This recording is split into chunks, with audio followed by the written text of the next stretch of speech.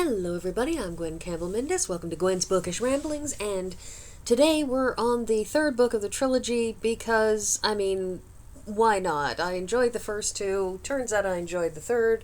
Might as well talk about stuff that I'm reading right now rather than just things that I read umpty squillion years ago.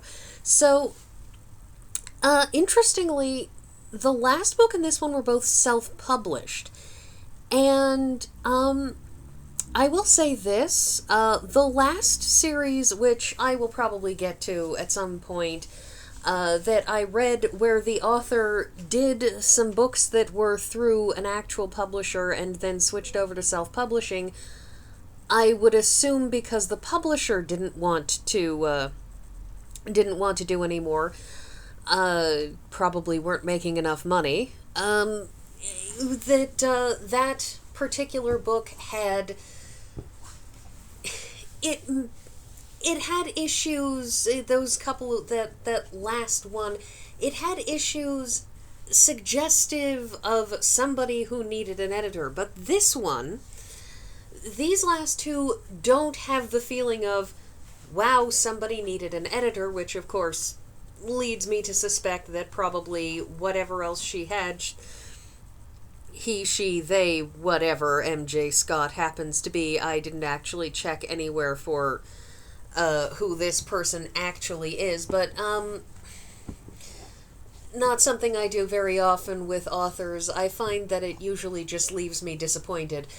But the one thing MJ Scott doesn't feel like in this book and the other one is it doesn't feel like this is somebody who could have used an editor to sort of tighten the book up and make it a little bit more sort of hanging together, which is only to the good. I mean, it means that they probably had an editor.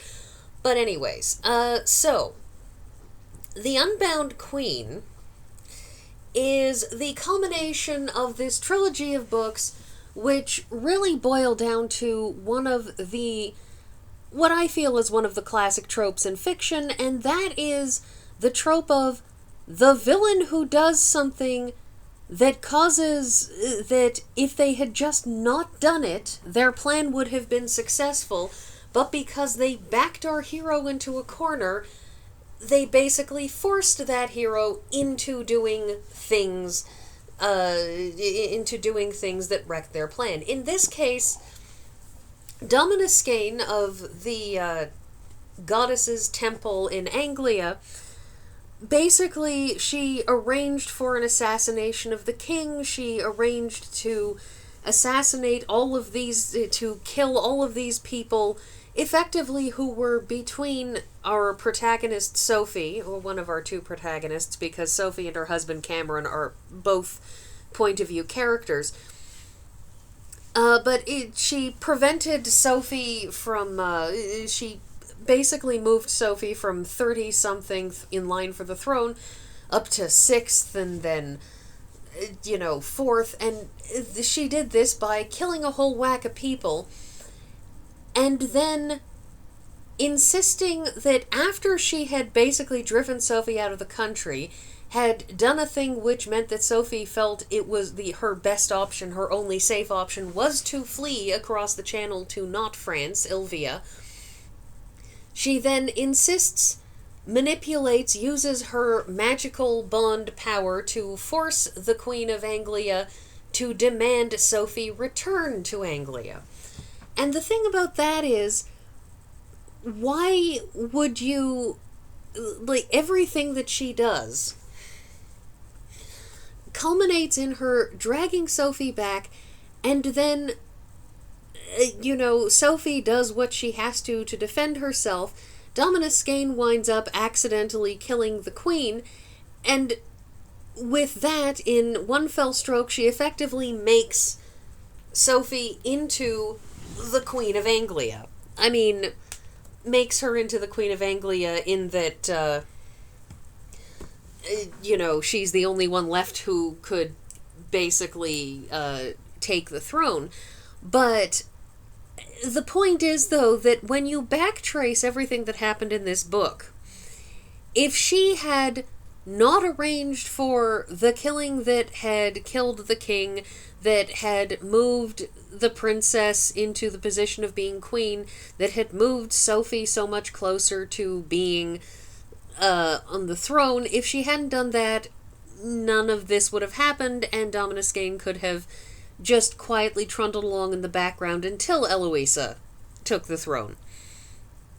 Once Sophie had to be married off in an all-fired hurry because her bond that she had accidentally created with her husband wouldn't allow them to siphon her power off into the temple, if she had allowed Sophie to just marry Cameron and quietly retire to an estate in the middle of nowhere, Sophie would have happily, as this was in fact her ambition in life, she would have happily retired to an estate in the middle of nowhere with her husband and raised children and had nothing to do with it, but Dominus Gane insisted on trying to have her assassinated, so she fled to another country.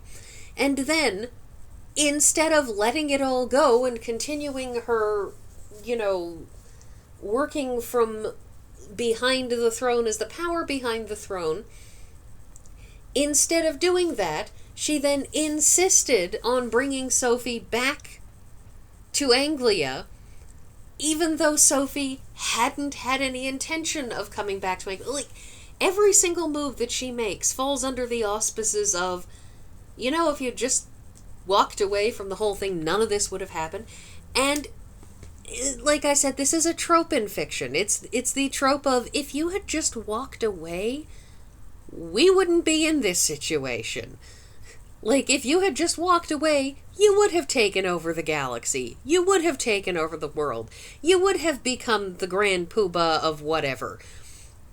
But, and here's the interesting thing, of course, is that while that trope, there's always this quality of eye-rolling, and in point of fact, that happens at the end of this book, when Dominus Gane freaks out about how it would have happened if it weren't for you meddling kids, and Sophie's like, if you hadn't done all of this, I wouldn't have come back here and tried to, and, basically been forced to oust you from power.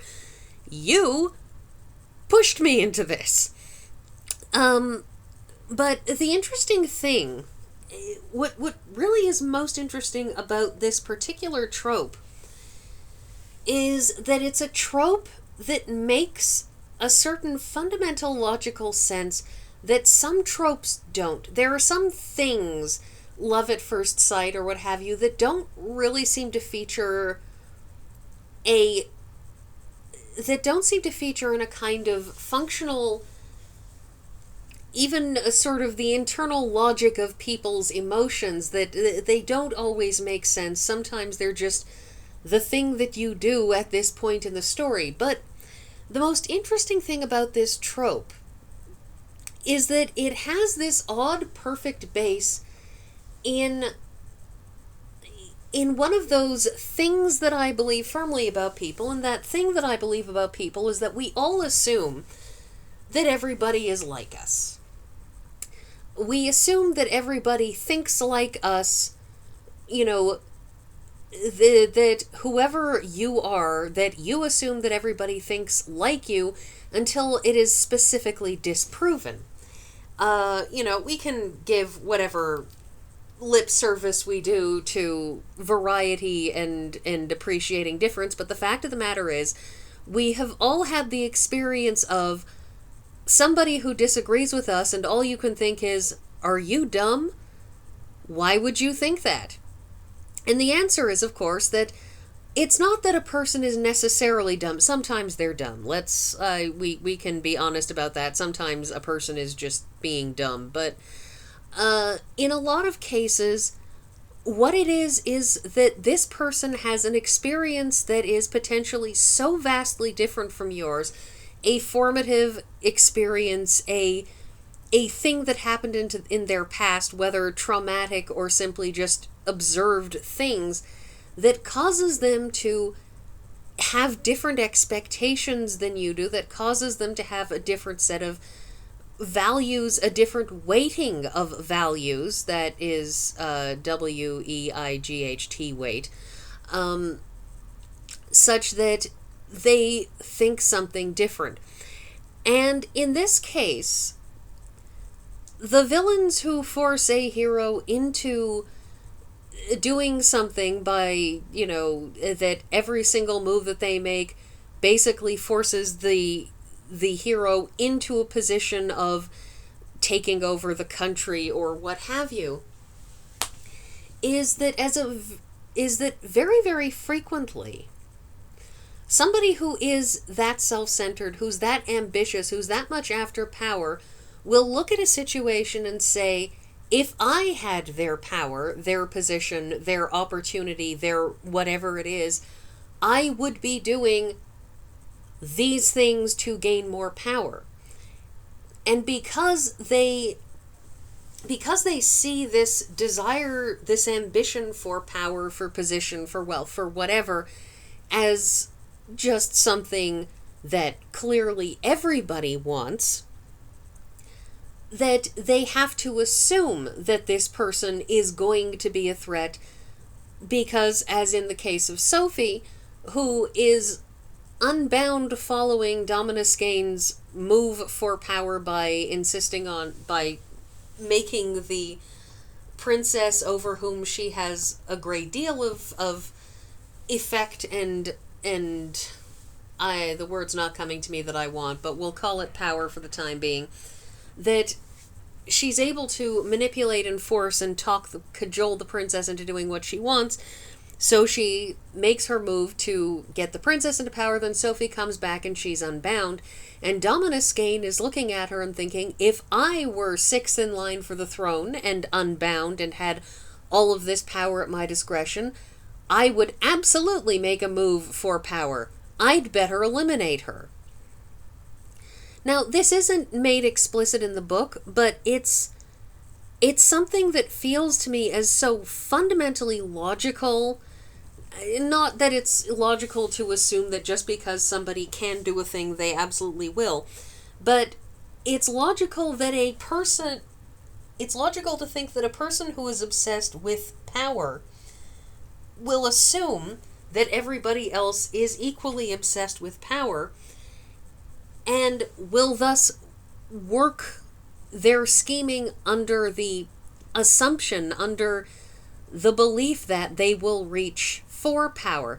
It's one of the things that actually make Sheev Palpatine, Emperor Palpatine from Star Wars, it's one of the things that makes him actually particularly clever, whatever other negative things one may have to say about the series, in that he realizes that the Jedi don't want power and figures out how to take advantage of it rather than assuming that they will reach for that power.